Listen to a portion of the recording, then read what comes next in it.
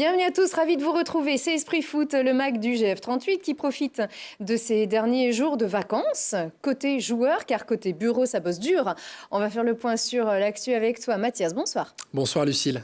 Alors, monsieur GF38 de Télé Grenoble, le collectif bouge. On commence à bien distinguer le visage du GF pour la saison prochaine de Ligue 2 avec des nouvelles recrues. Avec des nouvelles recrues qu'on attendait depuis un petit moment. On attendait l'officialisation d'Adrien Monfray. Ça y est, c'est chose faite. Le joueur de l'US Orléans qui a été laissé libre à la fin de cette saison s'est enfin engagé avec le GF38.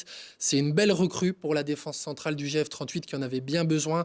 Après des départs clés, on va le dire. Ouais. Adrien Monfray, c'est 23 matchs la saison dernière, dont 22 en tant que titulaire. C'est quand même une valeur sûre pour l'arrière-garde grenobloise pour l'année prochaine. Très bien. Et puis, un jeune joueur aussi fait son arrivée. Un très jeune joueur, c'est la 5e recrue du GF38 cette saison. C'est Moussa Djité qui arrive en provenance du FC Sion en Suisse. La première division suisse, du coup... facile à dire, c'est le FC Sion. 19 ans, c'est quand même plutôt une promesse, voilà, un pari pour l'avenir. Ce jeune joueur qui arrive de première division suisse. La saison dernière, il a joué 27 matchs avec son club, il a inscrit 5 buts. Voilà, ce sera peut-être pas forcément un premier couteau, mais on peut attendre quand même beaucoup de lui. Ça renforce le collectif surtout. Et puis, cette semaine, à qui est-ce qu'on dit au revoir ? Alors, on leur avait déjà dit au revoir à certains d'entre eux, mais c'est surtout Edwin Manan et Francis Dadiengoy qui partent tous les deux du côté de Rodez, dans l'Aveyron. Voilà, le club qui avait déjà officialisé la venue de Nathanaël Dieng et qui avait dans ses rangs Florian David la saison dernière en tant que prêt, se renforce avec beaucoup de Grenoblois. Francis Dadiengoy, c'est 12 matchs la saison dernière avec le GF38. Edwin Manan, le héros de la saison. L'un des acteurs de la montée en national. La montée en national avec une très très bonne saison en CFA, qui avait déjà quitté Grenoble ces 6 derniers mois. Il était parti en prêt du côté d'Avranches pour tenter de s'épanouir et de retrouver un peu du plaisir en jouant. C'était chose faite, hein. Il a joué 8 matchs en national et il a marqué 3 buts. Voilà, maintenant, la saison prochaine, il aura sa chance en Ligue 2 avec un nouveau club. Ouais, c'est une super suite pour lui. Et puis la suite des aventures aussi pour des garçons qui ont beaucoup compté à Grenoble. Ouais, Maxime Spano, le capitaine. Raoult, le capitaine, qui s'est engagé du côté de Valenciennes en Ligue 2, où il retrouvera son ancien coach et mentor Olivier Guégan. Voilà, Maxime Spano s'est engagé 3 ans dans le Nord, où il aura tout le loisir de s'épanouir aussi en Ligue 2 sous les ordres d'un coach qui lui avait donné beaucoup de confiance. Et puis Malek joueur, c'est Malek Chergui aussi qui prend aussi la direction de Valenciennes avec un contrat à la clé de 2 saisons, plus une en option. Malek, il va beaucoup manquer à Grenoble. Il avait été très important comptablement avec des buts importants. Espérons pour lui que ça se passe aussi bien du côté de Valenciennes, sauf contre Grenoble. Très bien, alors on ne retrouvera pas ces garçons à la reprise, donc. Ouais, la reprise ce jeudi. Donc ce jeudi 20, le GF38 retrouve la poterne et l'entraînement. Voilà, on a hâte de les retrouver. Finalement, ils sont partis en vacances assez tôt, comme ces Grenoblois n'ont pas joué les barrages d'accession en Ligue 1.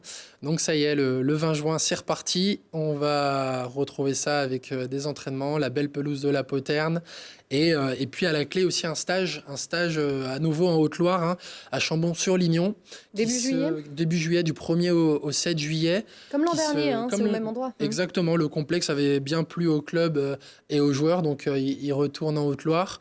Et ça se terminera avec un match amical le 6 juillet, du coup, contre le Puy Foot, qui est une équipe de nationale et qu'on connaît bien aussi à Grenoble, puisque c'est l'équipe qui avait permis au GF de monter en national à l'époque. On enverra un bout de ce match amical sur Télé Grenoble, parce qu'il paraît que tu pourrais te déplacer justement à Chambon-sur-Lignon. Ce serait un plaisir en tout cas. On va aussi faire un petit point sur les autres matchs amicaux de cette pré-saison.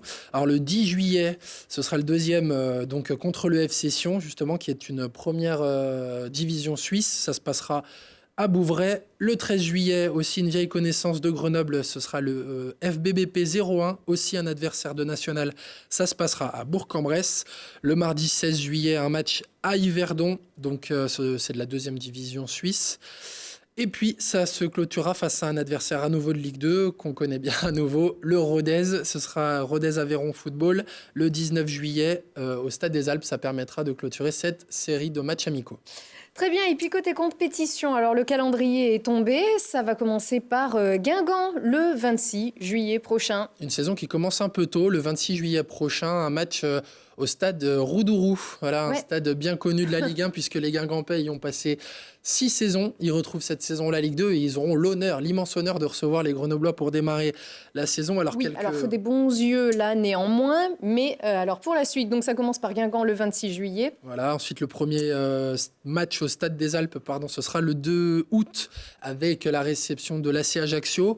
Et puis après un peu pêle-mêle, j'ai noté des dates un peu importantes à noter. Le 30 août, la venue de Lens avec notre ami Florian Sotoka. Ouais. Le 20 décembre, la venue de Rodez avec sa colonie de Grenoblois. Et puis aussi le 6 mars, la venue de Valenciennes avec Olivier Guégan, Maxime Spanoraou et Malek Chergui. Voilà, des dates un petit peu à noter sur son calendrier avec une petite croix rouge. Le 16 août aussi, avec la venue d'un ancien de Grenoble. Qui vient d'être intronisé entraîneur, oui, c'est Laurent Batles. Après 3 saisons à la tête de la réserve de la SSE, l'ancien joueur de Grenoble, rapidement, époque 2008-2010, où il avait porté à 75 reprises quand même le maillot de Grenoble. Il vient d'être intronisé coach de l'Estac. Et il aura la lourde tâche de remplacer Rui Almeida, qui a été nommé entraîneur de Caen en Ligue 1. Donc Laurent Batles, c'est quand même un beau pari pour les Troyens. Et pour lui, c'est quand même une belle expérience pour une première sur un banc. Exactement. Il avait joué sur ces 2 saisons de Ligue 1, donc 2008-9 et puis 2009-10. Et il a vraiment laissé des très bons souvenirs ici, ce joueur désormais entraîneur. Et puis le plus mythique des Grenoblois est chez lui à Grenoble. Ouais. Olivier Giroud qui est repassé du côté de Grenoble, forcément dès qu'il y a des petites vacances, il essaye de venir faire un petit coucou. C'est surtout le CHU de Grenoble qui a eu le plaisir de le recevoir et le service de néonatalité qui a pu voir la visite du champion du monde. Ça fait toujours plaisir sur ses vacances. C'est vrai qu'il a peut-être eu un petit peu moins de vacances comme il a été en rassemblement avec l'équipe de France, mais se dire qu'il se rappelle toujours de sa ville... ça fait quand même plaisir. Oui, on a pu voir ça sur Twitter. Allez, un best-of corde sensible aujourd'hui avec tous ces garçons qu'on reçoit tout au long de l'année et qu'on prend parfois au dépourvu avec les surprises de Mathias qui va chercher des proches qui les font rire ou pleurer. C'est arrivé, hein ? C'est arrivé. Il y a eu parfois un petit peu d'humidité sur ce plateau dans les yeux. Allez, en tout cas, merci Mathias pour toutes tes informations. On vous laisse avec donc ce best-of et on vous retrouve bien sûr la semaine prochaine. On a décroché notre téléphone et on a pu avoir quelques petites photos de toi, de ta jeunesse, apprendre des choses sur ton passé. Voilà, là on te voit. C'est quoi ça ? C'est un volant ? Non, c'est une coupe. C'est une coupe. On dirait que tu es sur un vélo. C'est une coupe que j'ai dû gagner à un tournoi quand on était gamin. Ah oui, c'est vrai, sur un grand écran, ça se voit mieux, ça. En fait. 17 ans. Ouais, j'ai fait mes études là-bas et après j'ai joué au foot jusqu'à l'âge de mes 20-21 ans. Donc, c'est toute ma vie. Là, tu es celui qui est entouré du carré. Ouais, là, tout petit. Ah, mais t'as pas changé, en fait. Hein. Non, on te reconnaît bien, là. Bah ouais, avec des chaussettes un peu grandes. Voilà, un terrain billard. Ouais. Terrain pas trop gras, celui-là ? Là, c'est un peu sec. C'est important de renouer quand même. Voilà, c'est quand je jouais avec la réserve de Narbonne, avec mon cousin et mon oncle, on jouait ensemble dans la même équipe. À quel âge ? Là, j'avais 17 ans, 18 ans. Ah ouais, donc c'est assez beau. Ah oui, oui, si, ça se voit bien. Ouais, c'est une coupe. Une bien jolie coupe. Ouais. Elle a de la valeur, celle-là. Ouais. Elle est toujours dans le placard à la maison à Narbonne, chez mes parents, et on la conserve bien. C'est vrai que c'est important de se rappeler qu'aujourd'hui vous êtes des footballeurs pros, mais vous avez commencé et ça donne de l'espoir aussi à plein de petits garçons, plein de petites filles qui commencent le foot sur des terrains comme ça, quoi. Ouais, bien sûr, parce que voilà, dans le groupe, on est certain d'avoir un parcours atypique parce qu'on n'est pas passé par le centre de formation et voilà, je fais partie de l'école de Narbonne et j'ai fait toutes les catégories de jeunes et après voilà, je suis qu'un senior et il faut se rappeler toujours des super souvenirs quand on était jeune et voilà, c'est grâce à ça que j'en suis là aujourd'hui. Écoute, salut Selim. Apparemment, il y a une émission qui était consacrée. Je voulais te féliciter pour avoir signé ton contrat pro un peu sur le tard. Je pense que tu avais toutes les qualités pour faire une grosse carrière et qu'elle commençait un peu plus tôt. Tu as atteint ton objectif, tu es quelqu'un qui lâche jamais rien. J'ai pris énormément de plaisir à bosser avec toi. Et voilà, je regrette juste que tu ne m'appelles pas assez souvent pour ne dire jamais. Alors, je plaisante. En tout cas, voilà, j'espère que vous allez faire encore une belle fin de saison, une belle deuxième partie de saison avec le club et que tu auras un peu plus de temps de jeu. Et encore une fois, je te félicite pour tout ce que tu as fait et pour tout ce que tu m'as donné quand j'ai eu la chance de te coacher. Allez, bis Selim. Ton ancien entraîneur, ouais. Olivier Zaragaglia. Ouais, je l'ai eu en tant qu'entraîneur et puis j'ai joué aussi avec lui. Donc, non, c'est un homme, c'est un copain. Là, même quand c'était mon coach, c'était quand même mon copain parce qu'on a vécu des trucs à Échirol et j'ai joué avec lui à Échirol, même à Grenoble. Et non, et puis voilà, ça me fait plaisir de le voir. C'est vrai que je téléphone jamais, c'est mon gros souci. Et c'est un gros défaut, mais non, je suis content de ce qu'il a dit. Ouais, ça me fait plaisir. Le poste de gardien de but, maintenant, c'est un relanceur. C'est plus la personne qui doit dégager devant. C'est vraiment le premier relanceur. Et maintenant, au plus haut niveau, c'est ce qu'on demande aux gardiens, et même en Ligue 2, etc., et même dans les championnats inférieurs. Alors ça, c'est ton style de jeu, c'est ton style de joueur. Tu as aussi un style. Et il y a quelqu'un qui va même très bien en parler. Salut Esté, j'espère que tu vas bien, que tout se passe bien à Grenoble pour toi. J'ai une petite anecdote à te raconter. La première fois que je t'ai vu, je me suis dit, Ashton Kutcher, il s'est mis au football. Tu le ressembles vraiment trop. J'ai regardé le film il n'y a pas longtemps. C'est trop toi, Toy Boy. Toy Boy. Non, j'espère que tu fais une bonne saison, que tu te plais à Grenoble. Je te souhaite le meilleur pour la suite. Et en espérant te retrouver très bientôt. Prends soin de toi. Alors ça, c'est cadeau. Mais dis donc. Voilà. Vas-y, fais voir une petite réplique ou un truc. Non, ça, je peux pas. En plus, le film, il n'y a que Flo pour citer des films comme ça. Donc... Ça, oui, c'est sûr. On ne peut pas trop t'aider. Non, mais c'était... Flo, c'est quelqu'un que j'ai appris à connaître l'an dernier. C'est un top mec. Je me suis très bien entendu avec lui. C'est aussi, si je suis à Grenoble, c'est aussi un peu grâce à lui, faut le dire. Donc, non, franchement, c'est un très bon pote. Salut Eric, un petit coucou. Alors, je suis avec Rafa, on voulait te féliciter pour ta carrière qui est très très bien lancée. Alors, on garde de bons souvenirs de toi, n'est-ce pas Rafa ? Exactement, un bon joueur, un accrocheur, qui ne lâche rien. Voilà, c'était super, donc on voulait te faire un petit coucou en direct du Nord. Bisous à toi Eric et bonne continuation. Bisous Eric, à bientôt.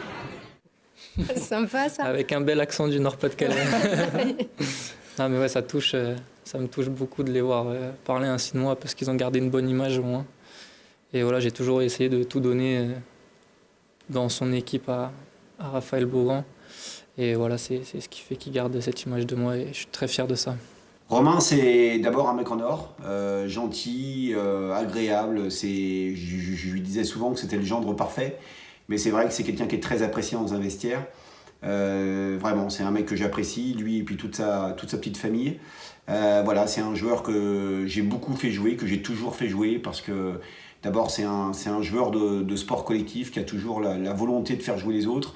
C'est quelqu'un qui est décisif, qui va vous donner des vrais bons centres, des vraies dernières passes, qui est aussi capable de faire la différence, de marquer des buts et puis d'avoir un pied exceptionnel sur les coups de pied arrêtés. Romain, je sais que tu vas apporter ce qu'il faut à cette équipe. En tout cas, bonne suite, bon courage.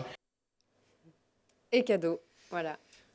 Ouais, c'est vraiment un coach que j'apprécie énormément.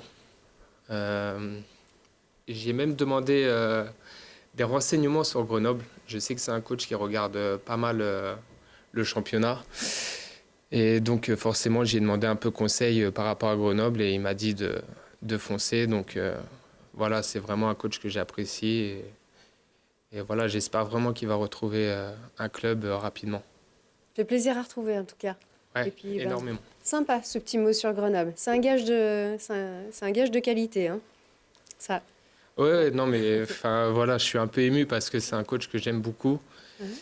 Et de le voir en difficulté, qu'il n'ait pas de club, ça me fait de la peine.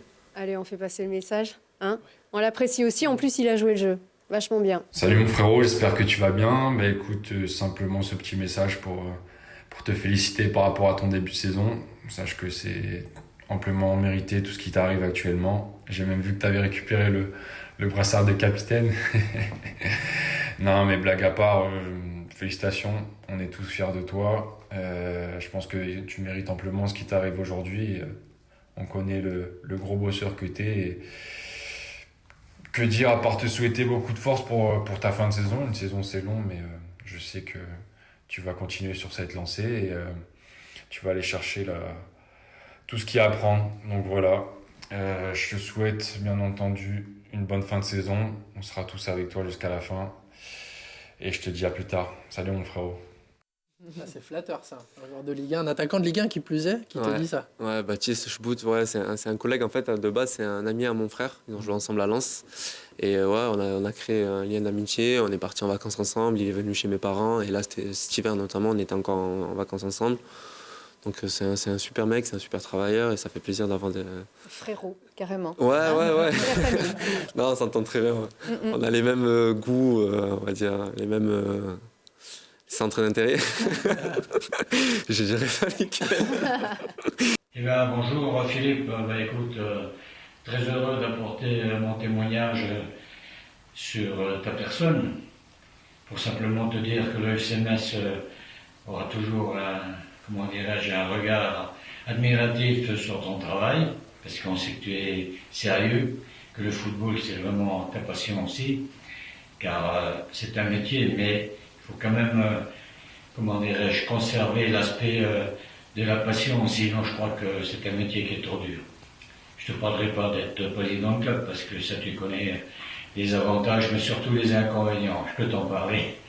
Alors que dire que je suis attentif à tes résultats et à ton fonctionnement avec Grenoble.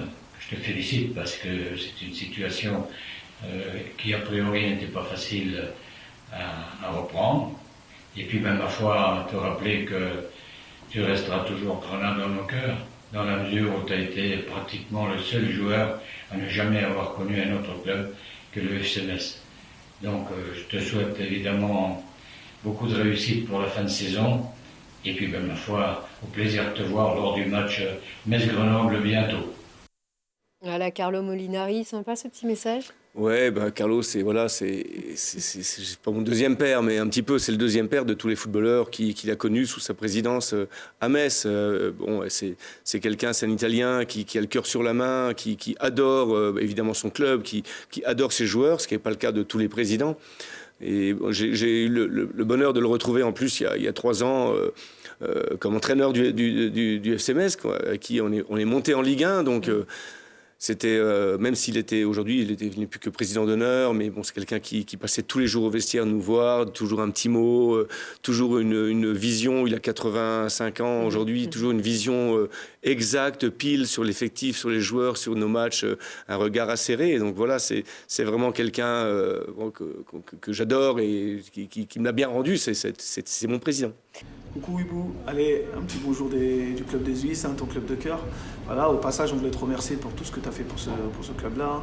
Et on voulait aussi te féliciter de ce qui t'arrive aujourd'hui. C'est quand même pas facile de passer de la DHR en senior, où tu étais mon capitaine, à la Ligue 2 aujourd'hui. Voilà, encore félicitations. Et on te souhaite encore de belles choses pour l'avenir, et notamment une montée avec Grenoble. Voilà, et n'oublie pas le 1er 2 juin, le tournoi des étoiles, l'édition Ibrahima Koulibaly, après celle de Yala Sanogo et d'Anthony Martial. Voilà, à bientôt et bon courage pour tout. Très pro, le cadre et tout, avec ton maillot. Ils l'ont ressorti, tu m'as dit, pour l'occasion. Ah ouais, voilà. C'est un peu structuré, un peu le club. Mais ouais, c'était mon entraîneur quand j'étais en senior. Avec qui j'ai beaucoup progressé, et je pense que si j'étais parti avant, j'aurais pas été formé pour assumer ce rôle, et en plus le monde professionnel, parce que c'est un monde assez quand même difficile quand tu pars avec la concurrence, t'es loin de ta famille, et il m'a beaucoup aidé à me forger surtout. J'ai pris beaucoup de savates, mais bon ça c'est normal, mais j'ai beaucoup de plaisir et de respect pour ces gens-là, quoi. Ils m'ont beaucoup aidé pour c'est pour ça, c'est grâce à eux que j'en suis là. Je pense avoir eu certainement un de mes meilleurs duos d'attaquants cette année-là, avec notre disparu Emiliano et toi. Ça a mis du temps à se mettre en place, parce que votre complémentarité n'était pas évidente. C'est un souvenir indissociable. Amy, c'était quelqu'un, on en parle maintenant au passé, mais c'était quelqu'un qui dans le travail était un acharné, quelqu'un qui laissait rien au hasard et aujourd'hui qui pourrait être un exemple pour tous les jeunes qui arrivent dans ces niveaux CFA, Ligue 2, enfin CFA, National, Ligue 2, où c'est vraiment des valeurs de combat, de force, de rage. Et lui, il dégageait tout ça. Et je suis un peu ému et touché par le discours d'Olive parce que c'est quelqu'un qui m'a énormément apporté, même si je pense que tous les deux on n'est pas des grands communicants, mais on vit de notre passion avec les tripes et effectivement ça reste l'un de mes meilleurs souvenirs de ma carrière cette année à Orléans, dans les mauvais moments ou dans les moins bons, on va dire, en cette début de première partie de saison où on était un peu mis en concurrence avec Amy, mais c'est ce qui a fait qu'on grandissait aussi et ça nous a fait grandir dans notre cheminement. Et après, voilà, cette osmose qu'on avait réussi à trouver avec tous les deux devant et Jean-Paul Mendy qui a joué beaucoup à Queville, Rouen derrière en numéro 10 et à 3 dans l'abattage et dans le plaisir de se surpasser. Franchement, c'était une deuxième partie de saison extraordinaire.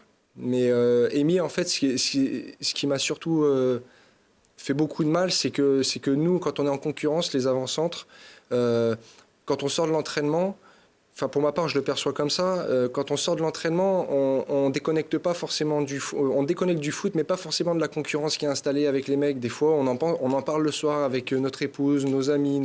Ouais, est-ce que voilà, il va être un peu moins bien là, le coach il va me mettre à sa place. C'est normal ça aussi. Ouais, c'est normal, mais c'est d'un côté, c'est complètement normal, mais c'est une façon de dire que c'est de la concurrence, mais ce mec-là, ou comme toute concurrence qui m'a été proposée pendant toutes mes années, c'est des mecs qui, en dehors de l'entraînement, ont continué à être dans ma vie. Et donc... et qui continuent aujourd'hui. D'ailleurs, je ne sais pas si on voit bien ton t-shirt ici aujourd'hui. Ouais, c'est un petit t-shirt. Ouais. Bah, c'est pas grand-chose, mais c'est un petit t-shirt pour lui rendre hommage c'est important. À mon niveau, et c'est important. Voilà, c'est mon petit clin d'œil et qui repose en paix, quoi.